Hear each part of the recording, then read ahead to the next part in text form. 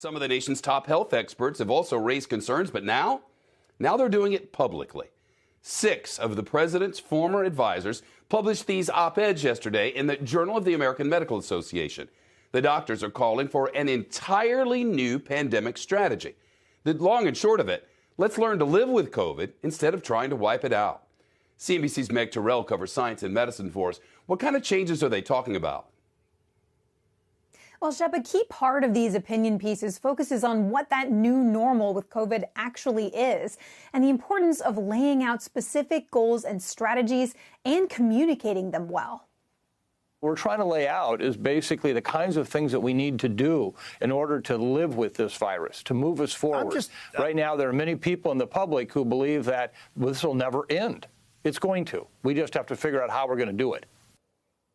The University of Minnesota's Dr. Michael Osterholm is one of the 6 authors who proposed this new normal for COVID that groups it with other respiratory viruses like flu and RSV and suggests an appropriate peak risk level would be one that's no higher than the worst of what we saw before the pandemic. For example, the 2017-2018 flu season was especially bad. 41 million symptomatic cases of flu, 710,000 hospitalizations, and 52,000 deaths. RSV adds thousands more. So that would suggest the worst week in what this group is aiming for would see 35,000 hospitalizations and 3,000 deaths. So how far are we from that right now? Well, this week, 115,000 people were admitted to the hospital with COVID, and more than 8,700 people died. So how do we get there? Well, these experts recommend a sweeping strategy that includes rebuilding the U.S. public health infrastructure, establishing modern data collection and surveillance systems, and building up forces of public health workers and school nurses.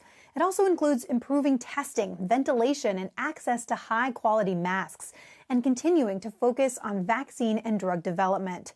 And while these experts don't work in government, the CDC itself is showing signs of changing its strategy as well, at least when it comes to communicating.